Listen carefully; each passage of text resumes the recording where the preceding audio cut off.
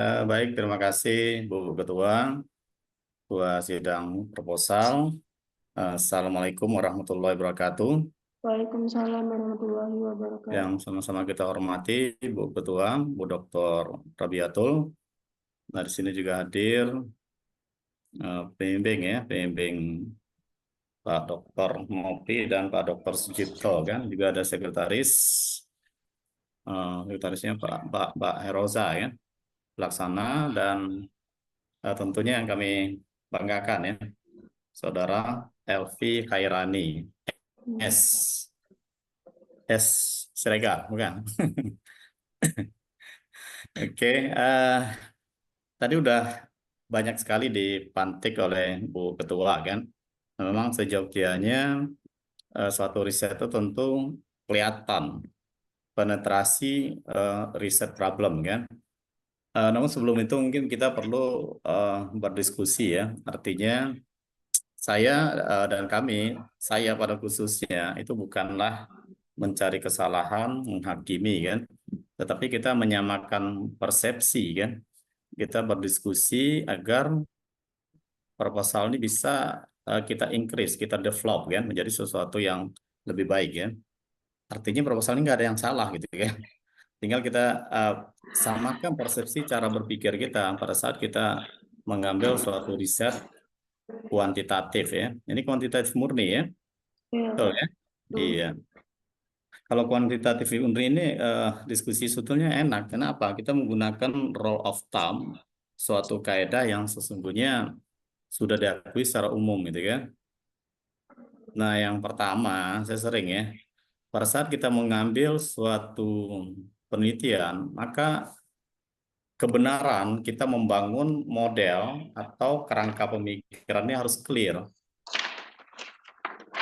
Jadi saya tidak mengatakan ini tidak clear kan, tetapi kita coba konfirmasi sekali, apakah model yang kamu bangun ini, Bu Elvi atau Mbak Elvi bangun ini sudah didasarkan oleh suatu teori ya. Oke. Jadi pertanyaan yang pertama dulu, coba konfirmasi aja kan, itu teori apa yang digunakan untuk membingkai atau membangun model ini? Kenapa ini bisa muncul X1-nya inflasi, X2-nya MPM, dan Y-nya pertumbuhan ekonomi kan? Apa teori yang digunakan itu? Tolong Eh, direspon dulu. Singkat eh, aja. baiklah, Teori ini Pak. dan teori itu, gitu kan? Baiklah, yang pertama yaitu teori Keynesian yang dipelopori Oke, oleh saya stop. Keynes itu bicara tentang apa? tentang inflasi, Pak. Oke, mungkin saya dudukkan kembali. Teori itu lahir, kita bicara kepada fokus. Fokus penelitiannya di mana? Kalau Betul. di di X apa di Y? Fokus kamu. Di Y, Pak, pertumbuhan Nah, di Y. ekonomi. Maka teori yang dibangun itu adalah teori yang mendukung Y tadi, bahwa benar Y ini ada indikasi nanti akan dipengaruhi oleh inflasi, EPM, dan seterusnya kan. Jadi teori itu adalah untuk membangunnya tadi kan. Secara kuantitatif itu sering dikenal ada namanya grand theory ya. Ya, Grand teorinya apa gitu kan. Jadi kita tidak bicara inflasi atau bicara IPM, itu adalah definisi variabel nanti kan. Teori adalah kita bicaranya di pertumbuhan, apakah benar pertumbuhan ini dibangun oleh inflasi dan IPM? Apa acuan umumnya gitu kan? Kalau kita bicara pertumbuhan itu biasanya teorinya apa itu? eh, pertumbuhan dari teori Rumor dan Lukas, Saya Pak. nggak paham Pak. Apa? Teori Rumor dan Lukas, Pak. Nah, tentang apa dia bicaranya? Tentang sumber daya manusia, pertumbuhan ekonomi terhadap sumber daya manusia, Pak. Jangan dibalik. Kalau pertumbuhan ekonomi terhadap sumber daya manusia, Eh, terbalik malah ini. Sumber daya manusia terhadap pertumbuhan ekonomi, Pak. Eh, Secara umum, apakah dia tegas menyatakan itu bahwa pertumbuhan manusia itu mempengaruhi apa sumber daya manusia itu mempengaruhi pertumbuhan ekonomi, gitu kan? Ya. Nah ini sebagai contoh kan. Sebenarnya bagaimana kita menemukan grand theory itu dengan membaca artikel yang bagus. Artikel yang bereputasi itu akan menampilkan grand theory. Saya nggak tahu ya kan ini ekonomi. Mungkin nanti Pak Nopi atau Pak Dr. Sucipto yang ahli ya di bidang eh, economic growth ini kan. Intinya apa? Dia bicara pertumbuhan ekonomi dulu. Kalau Menurut teori yang dikemukakan. marketing, dia misalnya kalau marketing kan bicaranya ini kan pemasaran. Oke, itu nanti itu hanya sebagai pemantik untuk diskusi aja kan. Nah, yang kedua, karena teori itu adalah grand yang harus kita tampilkan di bab 2 gitu kan. Sebagai landasan teori, yang pertama tuh tampilkan dulu teori utama kan. Nah, yang kedua, saya meyakini ini bukan sesuatu yang apa ya, yang baru kan, sehingga dukungan artikel pasti udah banyak kan, dan disitulah lahirnya eh, artikel yang relevan kan. Oke, itu yang pertama yang harus kita sama-sama sepakati. Ini kan muncul dia penelitian yang relevan kan. Nah, ini perlu juga saya stressing, kapan dia dikatakan relevan, itu Y-nya harus sama, wajib. Metode pasti harus kuantitatif ya, dan Y harus sama. X-nya boleh salah satu atau keduanya kan. Ini terhadap perekonomian. Nah, jadi pertanyaan, apakah kamu itu pertumbuhan ekonomi atau perekonomian? Kalau dia sama, is oke lah ini, kalau sama indikatornya kan. Ini kan pertumbuhan ekonomi, ini perekonomian, perekonomian Papua kan. Ini pertumbuhan ekonomi oke, pertumbuhan oke, tidak terlalu signifikan. Yang penting kamu paham bahwa Y-nya harus sama kan. Oke, next. Kalau itu udah, di kuantitatif ini harus kita klarifikasi lagi. Apakah sudah teroperasional dengan baik gitu kan? Itu ada di operational variable. Nah ini kan variabelnya inflasi oke, IPM oke, pertumbuhan oke kan? Nah yang jadi eh, permasalahan di sini, bukan permasalahan ya, yang perlu kita konfirmasi adalah bicara definisi ya. Ini oke nih, sudah menggunakan, tapi ini nggak boleh catatan perut. Kita kan konsisten dengan catatan kaki ya. Jadi ini harus bentukannya footnote, begitu juga yang lain kan. Ini kan udah mendefinisikan secara baik ya. Daryanto kan juga buku ya. Sebetulnya yang ingin saya sampaikan ini jangan ngambil dari artikel, tapi ini udah benar. Salah tekniknya aja kan. Tidak Ya, boleh body notes, tapi adalah footnote kan. Nah yang kedua, ini juga harus hati-hati. Karena ini akan diturunkan menjadi pengukuran. Jadi sebenarnya setelah ini ada lagi nih harus rumusnya. Harus ada pengukurannya. Jadi kita bagaimana menghitung inflasi ini. Oke ya. Dan pastinya indikator juga harus ada sumber, baik dari buku ataupun dari artikel. Tapi artikel yang bagus kan.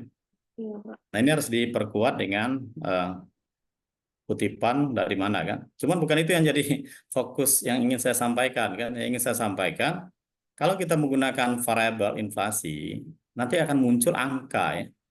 Nah, angka mana yang akan kita gunakan untuk merefleksikan atau mewakili inflasi ini, variabel inflasi ini?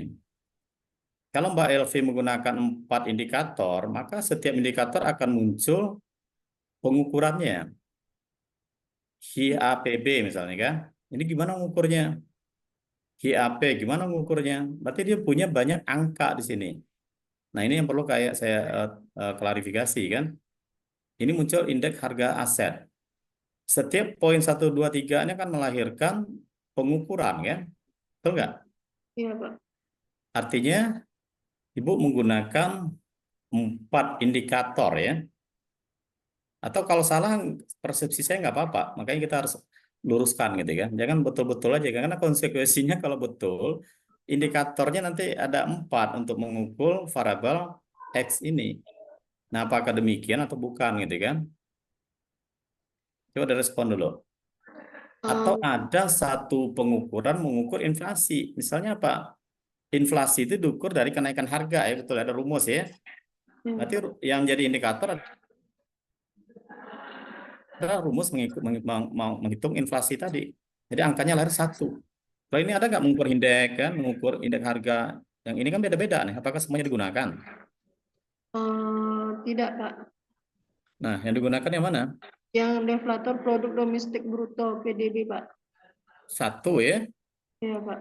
Ya, ya satu aja dibuat indikatornya. Nanti ada pembatasan masalah. Di sini kan lahir pembatasan masalah. Inflasi ini kan banyak menggunakan indikator, kita gunakan satu, boleh. Maka disitulah lahir nanti di bab 1 itu ada batasan masalah. Bahwa kita membatasi masalah untuk inflasi hanya menggunakan satu indikator. Biasanya saya debatable ya dengan Pak Novi ya. Kalau sekarang is okay lah kan. Jadi gitu ya, satu ya berarti ya. Yang ini, nomor tiga nih. Iya, Pak. Berarti satu aja muncul di sini. Dan itu harus sumbernya, kata siapa? Oh, benar nih, inflasi ini diukur oleh indikator yang nomor tiga. Ini boleh dari buku, boleh dari artikel yang relevan kan. Nah setelah ini baru dibuat rumusnya. Bagaimana mengukur deflator produk domestik bruto. Muncul rumusnya. Nanti tambah satu lagi nih, pengukuran. Nah, ini tidak akan saya bahas satu-satu karena berlaku juga untuk yang lain. Silakan dilakukan self review ya. Kayak kesehatan, pendidikan, pendapatan kan. Ini kan kesannya satu-satu, kesehatan diukur, pendidikan diukur. Tapi kalau IPM ada pengukurannya, ya udah apa skala pengukuran dan begitu juga dengan pertumbuhan ya. Iya, Pak. Oke. Karena ini apa? Ini akan memengaruhi data yang kamu kumpulkan gitu kan. Nah, setelah ini baru kita bisa tarik gitu kan. Jadi kalau kuantitatif saya mereviewnya dari belakang kan. Baru bisa ditarik ke awal. Awal yang jadi stressing point adalah kepada identifikasi masalah gitu kan.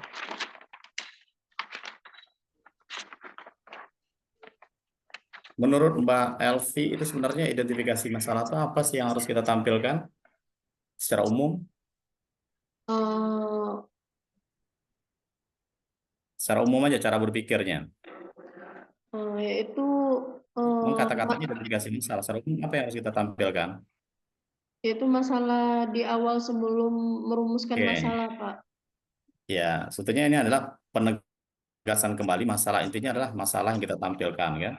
Tapi sebetulnya masalahnya udah kita ceritakan di latar belakang, biar orang gampang kita identified lagi, kita tegaskan lagi kan. Iya, Pak. Oke, secara pemahaman Mbak Elvi udah paham kan. Tinggal lagi cara mencari masalah kan. Masalah itu apa? Gap. Oke. Gap itu apa? Penyimpangan. Penyimpangan itu apa dari yang seharusnya dengan faktanya. Kalau idealnya begini, tidak berjalan ideal, di sana ada gap. Maka muncul di situ masalah. Masalah itu bisa kita identifikasikan kan. Oke, jadi ada juga nih Kak, trik-triknya gitu kan untuk menemukan masalah itu kan sebenarnya kan. Tadi yang pertama Iya. tadi fokus penelitiannya apa? Fokusnya apa tadi Y-nya? Pertumbuhan ekonomi, Pak. Oke, pertumbuhan ekonomi. Jadi tinggal ditanya aja, apakah pertumbuhan ekonomi itu baik-baik saja enggak kepada objek yang diteliti? Objek ini mana ini? Objeknya inflasi, Pak. Objeknya Bukan, bukan. perekonomian Objeknya daerahnya di mana lokasinya? di Provinsi Jambi, Pak. Provinsi Jambi itu maksudnya provinsi kah atau kabupaten kota? Eh, Provinsi. Provinsi datanya gimana nanti nyarinya? Kita butuh minimal ini pemahaman umum. Saya belum dapat juga dasar hukum yang kuat kan. Minimal 30 kita harus round down data gitu kan. Ada 30 noun, 30 sampel yang akan kita olah pakai data pengolah statistik gitu kan apapun yang digunakan kan. Kalau ini kira-kira berapa jumlah sampelnya? Ini terkait juga ke metode tadi kan. Jadi populasi itu adalah Provinsi Jambi gitu kan. Iya, Pak. Sampelnya apa? Bukan perekonomian, tapi adalah wilayah itu jadi populasi kan. Sampelnya berapa? Karena nggak dibunyikan di eh, bab 3. Kalau kuantitatif semua harus dibunyikan. Populasi diketahui atau tidak diketahui itu dibunyikan, terus sampelnya harus terukur. Berapa jumlah nouns-nya, R-nya? Ini berapa nih kira-kira? Kalau 2010, 2023 itu berapa itu? 13 atau 14? 13, Pak. Kalau per tahun. Nah, Oh, saya belum 14, Pak. 14. 14 lah. Tapi kan masih jauh dari 30 gitu kan. Iya, Pak. Walaupun itu debatable gitu kan, tapi saya masih meyakini sebaiknya data itu makin banyak makin bagus kan. Tapi kalau ada dasarnya boleh 14, ya monggo silakan di running kan. Maksud saya gini, kalau misalnya kita kesulitan mengumpulkan data, itu ada dua trik yang kita lakukan kan. Yang pertama, kita ambil data wilayah kabupaten kota kan. Jadi datanya otomatis jadi data panel kan. Nanti ada 11 apa 12 nih kabupaten kota kan. Dia 12, dalam Pak. provinsi Jambi bahasanya kan, dalam provinsi Jambi sebut 12 data kali 3 tahun aja udah 30-an gitu kan. Atau ini tetap 14 tapi bikin triwulan kalau punya data gitu kan. Karena ya saya masih nggak tahu lah, mungkin belum sampai dasarnya membolehkan di bawah 30 jumlah nons atau jumlahnya. Oke, tapi itu harus ditegaskan dalam metodologinya ya kan, harus jumlahnya harus clear di situ kan berapa jumlah. Oke, kembali kepada masalah. Tadi benar ya, kita bicara pertumbuhan ekonomi kan. Kalau kita mengambil provinsi, kita harus lakukan pengamatan seperti yang disampaikan Bu Ketua tadi. Apa sih masalahnya pertumbuhan ekonomi? Di mana sih gapnya pertumbuhan ekonomi? Secara data gimana nih pertumbuhan ekonomi? Kayaknya datanya udah komplit ya, udah oke kan? Data yang kamu tampilkan gimana pertumbuhan ekonomi nih, dari tahun sekian sampai tahun sekian di Jambi?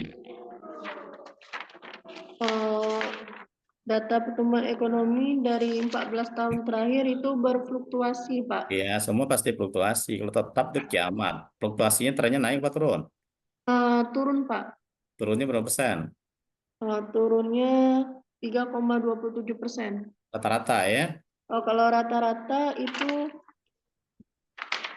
Ya, pasti kalau udah turun trennya pasti itu masalah. Maksud saya eh, di sini ya ditegaskan terjadi penurunan pertumbuhan ekonomi di Provinsi Jambi dari tahun sekian sampai tahun sekian dengan rata-rata sekian persen kan. Kalau ini kan nggak jelas bahasanya itu bukan masih apa diplomatis kan menurunnya angka pertumbuhan ekonomi benar menurun itu masalah tapi tidak clear ya kan angka minus minus apa tahun kapan gitu kan jadi kita menyimpulkan sesuatu problem masalah kalau terjadi penurunan kalau ini udah turun pasti udah masalah tapi disebutkan berapa persen tren penurunan dari tahun sekian sampai tahun sekian ini udah benar ya cuman bahasanya aja kan namun di latar belakang kamu juga harus cerita dan turun itu yang mana gitu kan kayak saya lihat ada data ini kan. Ini udah keren ya kalau data ini udah luar biasa ya. Udah tercover. Nah ini ya turunnya kan. iya, Nah Pak. turunnya.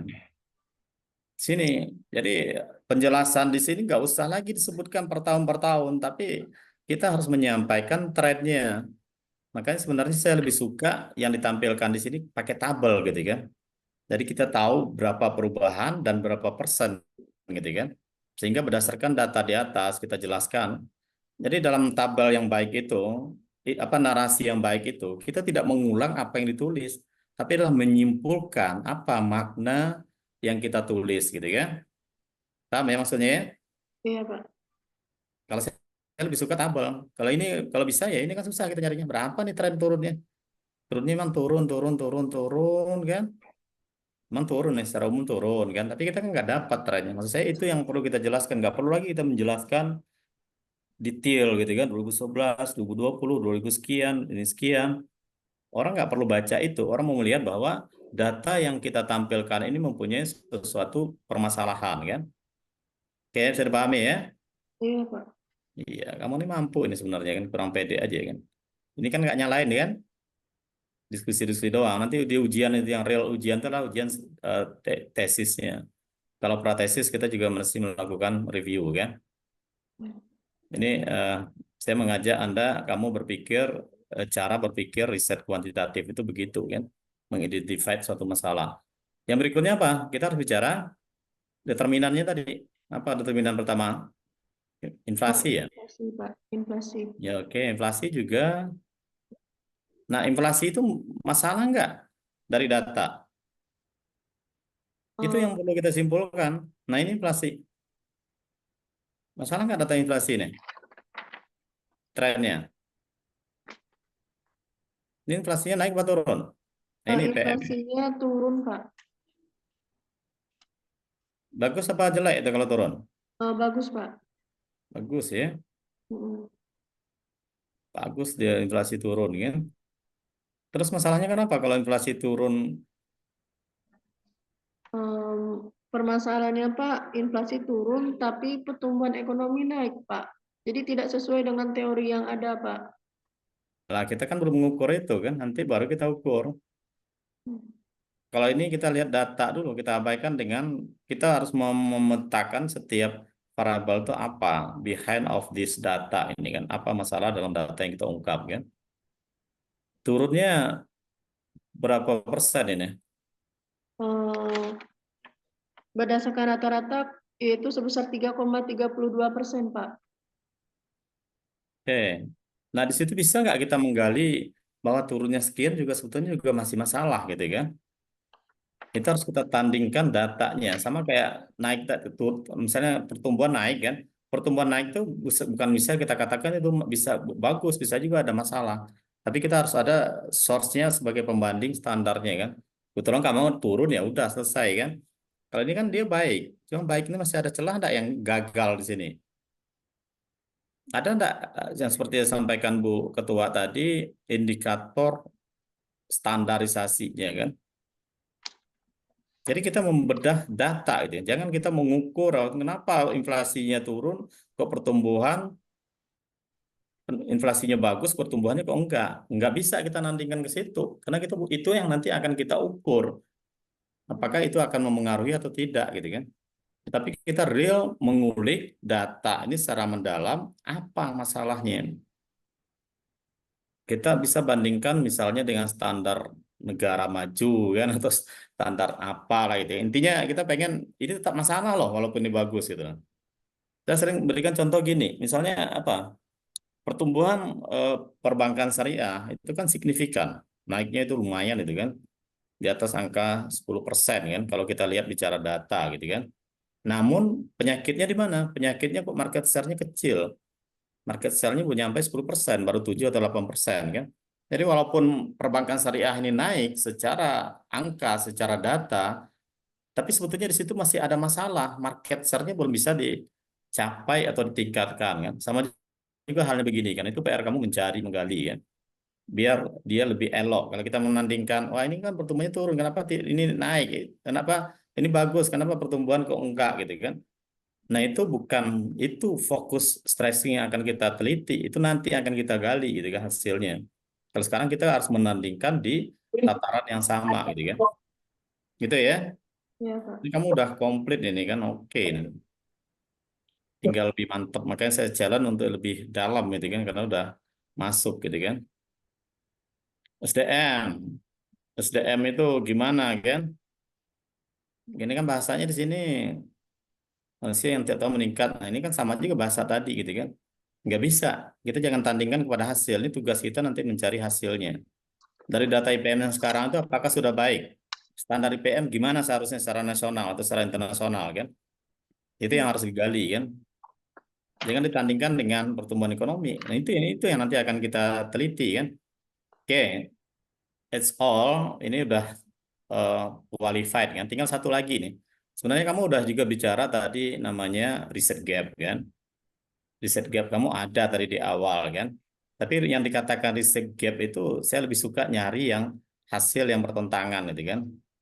Jadi harus ditampilkan di latar belakang ada para peneliti yang support secara teori. Artinya memang pertumbuhan ekonomi ini, sorry, memang apa tadi inflasi misalnya kan itu memengaruhi pertumbuhan ekonomi. Ada beberapa peneliti dan ada juga peneliti yang tidak seperti itu. Dia menemukan hasil ternyata pertumbuhan ekonomi ini tidak berpengaruh signifikan terhadap, sorry, apa nama tadi, inflasi tadi tidak berpengaruh signifikan terhadap pertumbuhan. Disitulah gap sebetulnya yang paling gampang gitu kan.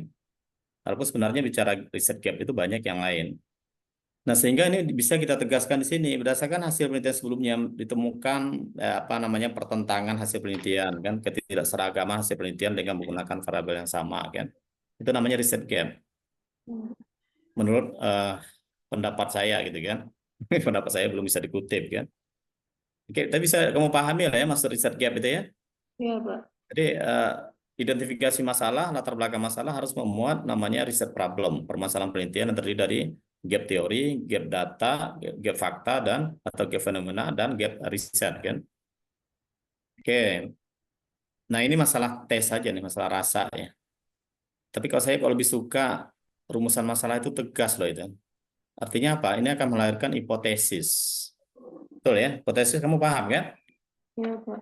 Iya, hipotesis itu tegas jawabannya yes or no. Jadi kalau untuk pertanyaan penelitian, untuk jawabannya yes or no itu apa gitu kan? Apakah gitu kan? Apakah inflasi berpengaruh terhadap pertumbuhan ekonomi di Provinsi Jambi kan? Oke, saya parsial ini pemborosan menurut saya kan. Saya selalu kritik. Kenapa parsial disebut? Kalau satu ini udah parsial, nggak perlu lagi kita bicara parsial kan? Oke, nomor dua, kalau bagaimana nih jawabannya nanti khawatir panjang nanti kan. Tapi itu masalah tes, sebetulnya tidak terlalu debatable gitu kan. Jawabannya pasti juga ditolak dan diterima juga gitu kan. Cuma kan lebih tepat kalau pertanyaannya apakah itu jawabannya ditolak ditolak itu kan pasti ya. Yes, receptive ya kan. No, rejected gitu kan. Gitu ya. Tapi bahasa parsialnya tolong dihilangkan lah karena boros. Kalau udah satu variabel pasti dia parsial gitu kan sama dengan ini. Kalau udah lebih dari satu pasti dia simultan gitu. Oke, nah ini kayaknya mungkin yang saya sampaikan pembatasan tuh di sini poinnya. Apa yang kamu batasi gitu kan? Kapan lahir pembatasan ini? Pada saat di judul itu luas. Kita mempersempit penelitian, ruang lingkupnya, skopnya, biar lebih fokus gitu kan. Kalau judulnya luas. Tapi kalau judulnya udah ada ya nggak jangan diulang lagi. Kalau ini oke lah. Hanya membahas inflasi dan indeks ini oke mempersempit. Tapi tadi kamu juga mempersempit indikator kan? Kalau bisa itu juga dibuatkan sebagai batasan masalah kan? Kalau tujuannya kayaknya kamu keseleo aja ini kan ini tidak terlalu signifikan ya. Tapi jadi ngawur. Tidak sesuai antara tujuan, rumusan dengan tujuan nggak sesuai kan? Lari dia nak untuk mengetahui inflasi dan pengetahuan pertumbuhan ekonomi untuk apa kamu ketahui inflasi? Untuk mengetahui pengaruh indeks dan pertumbuhan, pengaruh kemana? Untuk mengetahui pengaruh inflasi dan terhadap ini jadi nomor tiganya benar kan? Satu duanya ini kan kayaknya nggak sengaja ya. Nggak sengaja salah ketik atau memang belum paham gitu. Gimana, Bu Selvi? Oh, Jujur aja ya, kalau nggak paham kan, atau merasa benar gini. Kalau merasa benar ya diberikan argumentasinya. mungkin sedikit kurang paham, Pak. Ya, tinggal konsisten aja rumusan masalah itu menjadi tujuan penelitian. Kalau kamu mau mencari pengaruh inflasi secara parsial terhadap pertumbuhan, maka rumusan tujuannya adalah untuk mengetahui pengaruh inflasi kan terhadap pertumbuhan, untuk mengaruhi pengaruh IPM terhadap pertumbuhan, untuk mengetahui pengaruh inflasi dan IPM terhadap pertumbuhan. Kan tinggal gitu doang. Oh, Jadi mixed method. Ini kan untuk mengetahui inflasi, bukan inflasi yang kita ketahui, tapi adalah pengaruhnya. Kayak ya, paham ya? ya, Pak. Nah, yang terakhir, ini mungkin masalah tes juga gitu kan. Saya melihat judul ini kan, makna dari analisis determinan ini gimana gitu kan, piye? Analisis determinan pertumbuhan ekonomi ini maksudnya piye gitu kan? Determinan ini menggambarkan apa gitu kan? Sebelum dijawab, saya berikan suatu ilustrasi ya. Biasanya, kalau kita mau melihat apa saja yang memengaruhi pertumbuhan ekonomi, itu dibingkai dalam judul faktor. Faktor-faktor yang memengaruhi pertumbuhan ekonomi ya. Gitu ya. Kalau maksudnya begitu kan. Bicara determinan ini, sepemahaman saya gini, kita punya satu eh, variabel yang lebih luas, itu yang namanya apa itu kan, ada proksi, ada variabel, ada dimensi ya. Jadi kita menggambarkan gini lah, eh, pecahan dari variabel ini kan, dari dimensi ya. Tapi kelompok umumnya, analisis, misal gini ya, kelompok umumnya IPM kan. Analisis determinan IPM ya, bukan analisis ya, pengaruh ya. Pengaruh determinan IPM terhadap pertumbuhan ekonomi ya. Maka determinan IPM itu akan ada beberapa pecah menjadi beberapa variabel kan. Apa itu IPM? Tuh? Manusia, tenaga kerja atau apa gitu kan. Artinya determinannya akan melahirkan beberapa variabel gitu kan. Jadi kalau determinan pertumbuhan ekonomi, maka akan pecah pertumbuhan ekonomi ini dibagi dalam beberapa variabel. bukan faktor yang menunjukkan hubungan kausal gitu kan. Ya, Pak. Gitu ya. Ini belum tentu benar ini kan. Kalau menurut kamu apa lahirnya determinan ini apa gitu? Ada dimensi, ada determinan. Saya hampir sama membahasakan, tapi lahir dalam satu kelompok variabel, ada pecahannya biar nggak banyak dibikin determinan gitu kan. Jadi pengaruh determinan X terhadap Y. Jadi X-nya akan muncul nanti X1, X2, X3 kan. Kalau menurut Mbak Elvi gimana? Ini Iya, Pak. terakhir kan.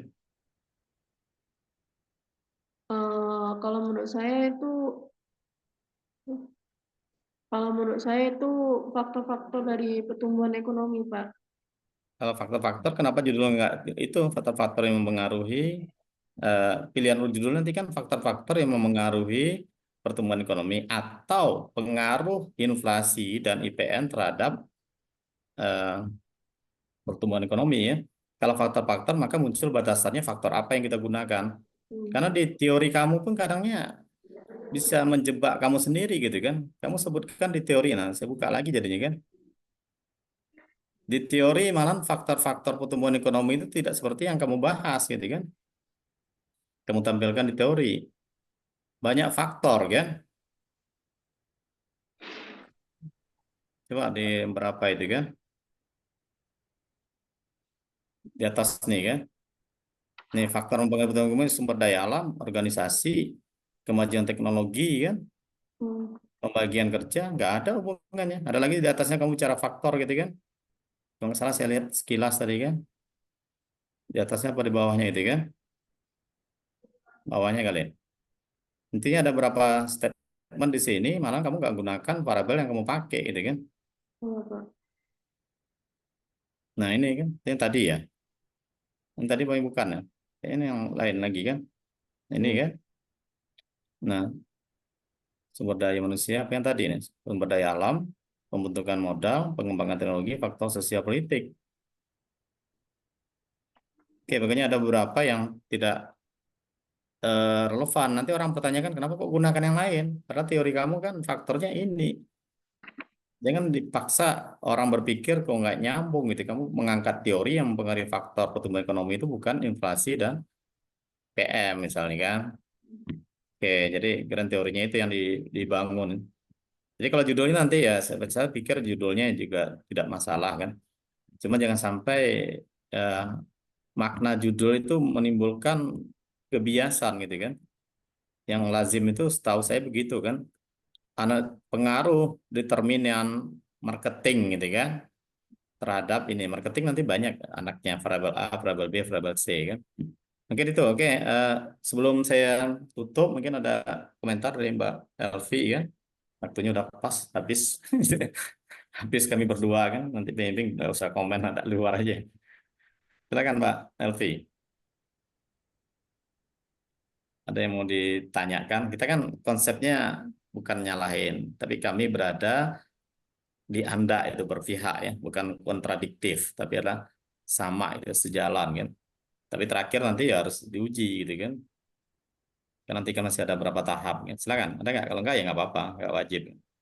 Untuk judulnya itu lebih baik Tidak anak sih. jalan tensor. Ayo. Ya, menurut kamu lebih baik yang mana gitu kan? Pak. Yang penting kan kita udah sepakati makna-maknanya ya kan. Nanti ada digali lagi. Kalau bisa mempertahankan terminan ya payo, monggo gitu kan. Tapi Iya. ya harus ilmiah nanti dasarnya apa munculkan determinan. Karena nggak lazim kan, saya juga tidak mendalami. Tapi kalau saya tahu saya determinan tuh ada induknya, nanti anaknya lahir. Kalau maksud kamu ini biasanya faktor-faktor yang mempengaruhi ini kan. Iya. Nanti digali lagi kan. Ini kan butuh revisi juga ke depannya kan. Oke, mungkin itu cukup ya dari saya kan. Terima kasih. Mohon maaf jika ada yang kurang pada tempatnya. Saya kembalikan kepada buku tua. Assalamualaikum warahmatullahi wabarakatuh.